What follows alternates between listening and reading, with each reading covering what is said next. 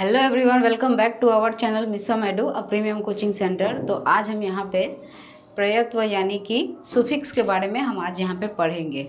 ये बहुत important topic होता है और कुछ लोग तो इसको जानते भी नहीं है कि सुफिक्स होता क्या है, मतलब प्रयत्य होता क्या है। तो मैं उसी को मतलब ध्यान में रखते हुए मैं ये टॉपिक लेकर आई हूँ कि आप लोग इसे जाने पढ़े तो आपको आगे चल के इससे काफ़ी हेल्प मिलेगी। ये एग्ज़ाम में भी आता है इससे रिलेटेड, तो हम इसके बारे में ही नहीं जानते तो हम और सुफिक्स के बारे में बाकी और कहाँ से पढ़ेंगे। तो मैं उसके डिटेल में पूरा वीडियो लेकर आई हूँ, तो आप लोग इसको अंत तक देखिएगा और समझिएगा। तो स्टार्ट करते हैं। तो सबसे पहले प्रयत्य यानी कि सफिक्स, ठीक है। सफिक्स तो ये होता क्या है, तो देखिए कि प्रयत्य दो शब्द से बना है।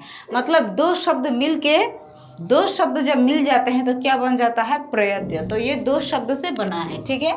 तो प्रयत्य दो शब्द से बना है, प्रति और अय। यानी कि प्रति का अर्थ होता है साथ में, प्रति किसी के प्रति या, ठीक है, प्रति का अर्थ होता है साथ में या बाद में, ठीक है। और अय का अर्थ होता है चलने वाला या लगने वाला। तो ये दो शब्द मिल के बना है, अर्थात प्रयत्व का अर्थ हुआ शब्दों के साथ या बाद में चलने वाला। मतलब दो शब्द को मिल के प्रयत्य बना है, दो शब्द को मिल के प्रयत्य बना है और ये शब्दों के साथ पहले या बाद में चलने वाला शब्द है, जिसको हम लोग क्या बोलते हैं, प्रयत्य यानी कि सफिक्स। तो इसकी परिभाषा देखिए आप लोग कि जैसे अक्षर या अक्षर समूह यानी कि जितना भी वर्ण होता है, जितना भी जैसे कि स्वर वर्ण, व्यंजन वर्ण, वो पूरे समूह को ही हम लोग बोल रहे हैं कि जैसे अक्षर या पूरा अक्षर समूह किसी शब्द के बाद लगाया जाए और उससे उसके अर्थ में विशेषता मालूम हो, उसे प्रयत्य कहते हैं, ठीक है। तो मतलब कोई भी शब्द हो जिसमें एक अक्षर लगाया जाए, ग कुछ भी, और कोई दूसरा शब्द जिसमें पूरा ही शब्द को मिलाकर मतलब तीन चार एक साथ मिलकर जो शब्द बनता है उसमें, तो वो शब्द किसी शब्द के बाद लगाया जाए, ठीक है, तो उसे उसके अर्थ में विशेषता मालूम हो, उसे प्रयत्न बोलेंगे। जैसे कि मान लीजिए यहाँ पे मैंने दिन लिखा है, तो ये मैंने एक अक्षर से तो नहीं बनाया, ये मैंने दो अक्षरों से बनाया है। तो ये मैंने अक्षरों का समूह लिया, मैंने जोड़ा, लेकिन इसके पहले हम प्रयत्न का इस्तेमाल करेंगे। तो ये क्या हो जाएगा, प्रति, क्योंकि ये दो शब्द मिलकर बना है। तो प्रति का प्रयत्न का अर्थ होता है प्रति, ठीक है। तो प्रयत्व, तो ये क्या हो गया, प्रतिदिन। तो ये जो प्रयत्व है ये शब्द के पहले या शब्द के बाद में आता है, ठीक है। तो शब्द के पहले या शब्द के बाद में आने वाले इस शब्द को हम क्या बोलेंगे, प्रयत्य, ठीक है। समझ में आ गया। तो जैसे देखिए भला शब्द में आई प्रयत्न लगाने से भलाई शब्द बनता है। मतलब ये जो भला शब्द है, ठीक है, ये जो भला शब्द है ये मैंने, देखिए ये यहाँ तक ही इसका आंसर है, इसका आंसर यहीं तक आता है, ठीक है। लेकिन ये जो मैंने आप लोगों को समझने के लिए दिया है कि मैं बोलकर भी समझा रही हूँ और यहाँ पे लिखा हुआ है, तो आप इससे भी पढ़ के थोड़ा समझिए कि भला शब्द में ये जो भला है, हाँ, ये भला शब्द में आई का प्रयत्न लगाने से भलाई बन जाती है, ठीक है, आई। तो ये जो आई है, ये जो ई है, ठीक है, तो ये आई का शब्द लगाने से क्या बन जाता है, भलाई। तो ये शब्द के बाद आया, तो जो शब्द के पहले या शब्द के बाद आए उसे हम लोग प्रयत्न बोलेंगे, ठीक है। तो भलाई शब्द से बनता है। इसी तरह हंस, धातु में आई प्रयत्न लगाने से हंसाई, यानी कि ये तो बाद में आया, लेकिन हम जो हंसते हैं, ये जो हंस है, ठीक है, तो इसमें धातु लगाने के बाद यानी कि बाद में जो शब्द बना उसको लगाने के बाद ये क्या बन गया, इसमें ई लगाने के बाद हंसाई, ठीक है।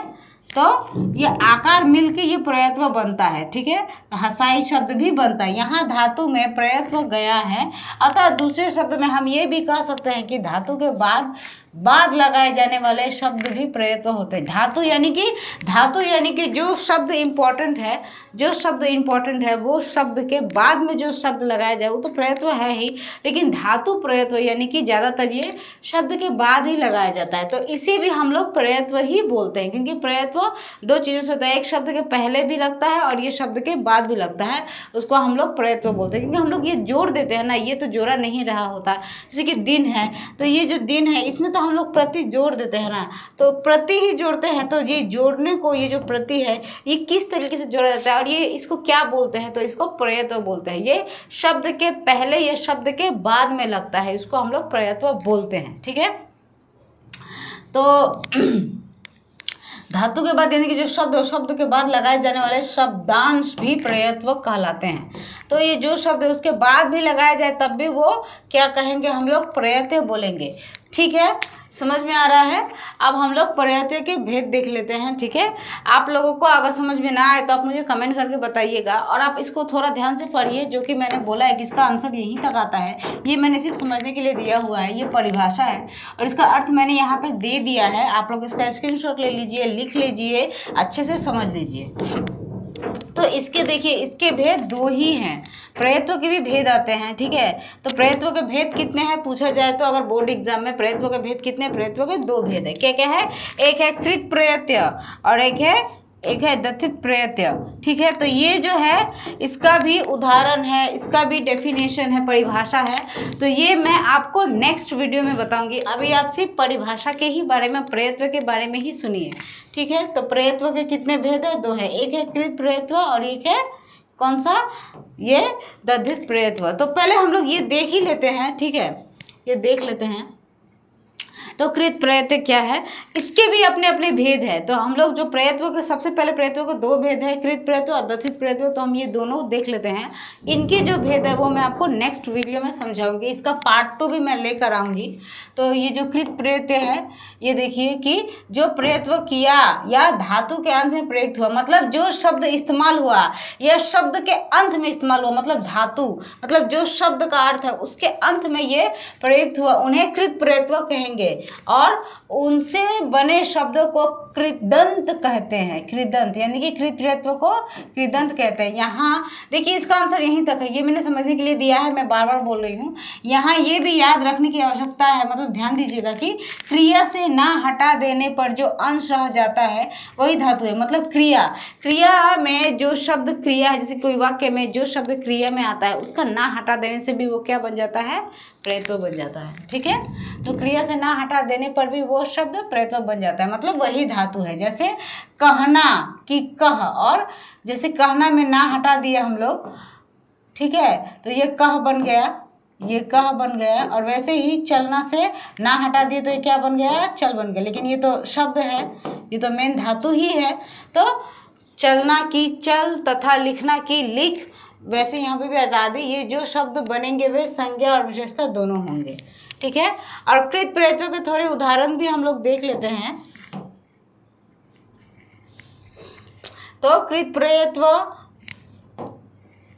प्रयत्व क्रिया में, उसके बाद संज्ञा में कैसे आता है, चूंकि यहाँ पे दिया हुआ है बनेंगे संज्ञा शब्द विशेषण होते हैं, क्योंकि लिखना लिख हो जाता है। तो जो शब्द बनेंगे वे संज्ञा तथा विशेषण दोनों होंगे। मतलब प्रयत्व में क्या है कि कृत प्रयत्व में जो भी शब्द बनेंगे इसमें ना हट जाते हैं। जो भी शब्द बनेंगे तो वो हम लोग क्रिया में भी इस्तेमाल करेंगे, मतलब क्रिया में भी, क्योंकि ना हटा देने से वो क्या बन जाता है, कृत प्रयत्व बन जाता है। और उसके बाद ये शब्द संज्ञा में भी ये इस्तेमाल होता है। तो इसका उदाहरण आप लोग ऐसे देखिए, जैसे कि मान लीजिए यहाँ पे लिखा हुआ है मैंने वाला, ये एक शब्द है। ठीक है, तो वाला, तो इसको जब हम क्रिया में लिखेंगे तो ये क्या हो जाएगा जानते हैं, लिखना। ठीक है, वाला तो लिखना, और शब्द संज्ञा देखेंगे तो लिखने वाला। ठीक है, तो वैसे ही हार और होना, तो ये दोनों क्या हो जाएगा, ये पहले दिया हुआ है जबकि इसका पीछे जाकर लगेगा, क्योंकि ये पीछे लगने वाला शब्द है। समझ में आ रहा है, जैसे कि ये वाला है तो ये लिखने वाला हो गया। ठीक है, तो ये अलग है क्योंकि इसमें से ना हट के लगता है, तो इससे ये अलग है। तो पहले वाला, उसके बाद लिखना, ये दोनों मिल गया तो क्या होगा, लिखने वाला। ये बाद में आएगा, ये पहले, क्योंकि ये क्रिया है, समझ लीजिए क्रिया ये है, तो ये बाद में आएगा। ये मतलब ये पहले आएगा, ये बाद में आएगा। जैसे कि हार और होना, तो इसको हम लोग क्या करेंगे, पीछे लिख देंगे तो क्या हो जाएगा, होन हार। ठीक है, ये आकार हट जाएगा, और इसको हम लोग यहाँ पे लिखेंगे तो क्या हो जाएगा, होनहार। वैसे ही वैया लेना, तो यहाँ पे ये पीछे आ जाएगा तो क्या होगा, लेना वैया। अब इसको हम लोग लेवैया और खेवैया भी बोलेंगे।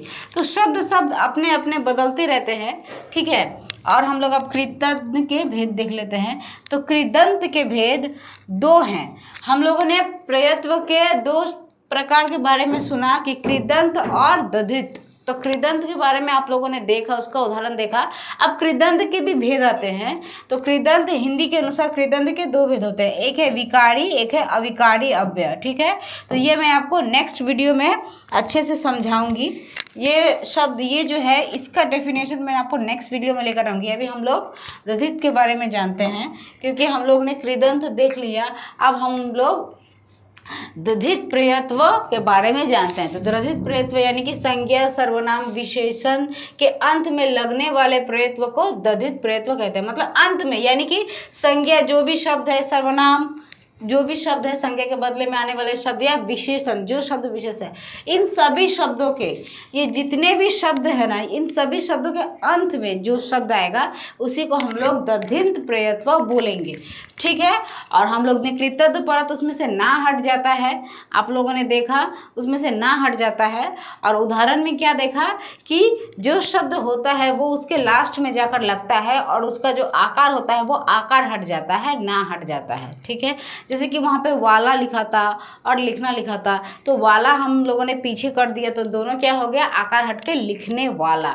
तो वैसे ही होता है। लेकिन ये दधित क्या है, ये संज्ञा सर्वनाम विशेषण के अंत में लगने वाले को, अंत में लगने वाले प्रयत्व को दधित प्रयत्व बोलते हैं। ठीक है, और उनके मेल से बने शब्द को दधितांत कहते हैं। देखिए, मतलब शब्द के अंत में जो शब्द लगेगा वो क्या हो जाएगा, दधित प्रयत्व शब्द बनेगा। और उनके मेल से बने शब्द को, मतलब ये तो अंत में लगने वाला शब्द है कि मान लीजिए यहाँ पे कोई शब्द दिया हुआ है और इस शब्द के अंत में जो भी शब्द लगेगा उसको दधित प्रयत्व बोलेंगे। लेकिन ये दोनों शब्द के अंत में, मतलब ये दोनों शब्द जुड़ने के बाद, ये दोनों का मेल होने के बाद जो शब्द निकलेगा, ठीक है, उसको हम लोग क्या बोलेंगे, दधितांत कहते हैं। उसको दधितांत बोलेंगे। दो शब्द जुड़ जाएगा, उसके मेल को हम लोग दधितांत बोलेंगे। जैसे मैंने यहाँ पे एग्जाम्पल दिया हुआ है, जैसे मानवता, ठीक है, अच्छाई, अपनापन।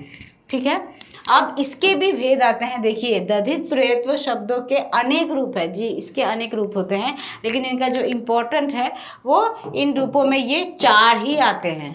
इन रूपों में चार ही आते हैं। क्या क्या आते हैं, भाववाचक, उनवाचक, कृतवाचक और संबंधवाचक। तो ये मैं आज नहीं कराऊंगी, इसका भी अपना, इसका अलग परिभाषा है, इसका अलग परिभाषा है, उदाहरण है, इसका अलग परिभाषा है, इसका भी अलग परिभाषा। इन चारों का अलग अलग परिभाषा उदाहरण है। तो ये मैं आपको, इसका मैं प्रयत्व का सफिक्स के ऊपर मैं पार्ट 2 लेकर आऊँगी। उसमें मैं वो जो हम लोगों ने कृतज्ञ पढ़ा जिसके दो भेद आते हैं, अविकारी और विकारी, और ये जो कृतज्ञ है इसके चार है। तो ये मैं आपको इसका पार्ट 2 जो आएगा उसमें मैं इसका पूरा डिटेल्स जानकारी और उसके बारे में मैं बताऊँगी। तो आज के लिए ये इतना ही रखते हैं। आप लोग इसको ही अच्छे से पढ़िए और इसका स्क्रीनशॉट भी ले लीजिए, आपको ज़रूरत भी पड़ेगी। स्क्रीनशॉट लीजिए या फिर अच्छे से लिख लीजिए और ये वीडियो को अच्छे से समझ लीजिए। मैंने बहुत इंपॉर्टेंट छाट के रखा हुआ है। और कुछ प्रॉब्लम हो तो मुझे कमेंट कीजिएगा, और वीडियो पसंद आए तो लाइक कीजिएगा, शेयर कीजिएगा अपने ग्रुप सर्कल में ज़्यादा से ज़्यादा, ताकि सभी बच्चों की हेल्प हो, और चैनल को सब्सक्राइब कीजिएगा।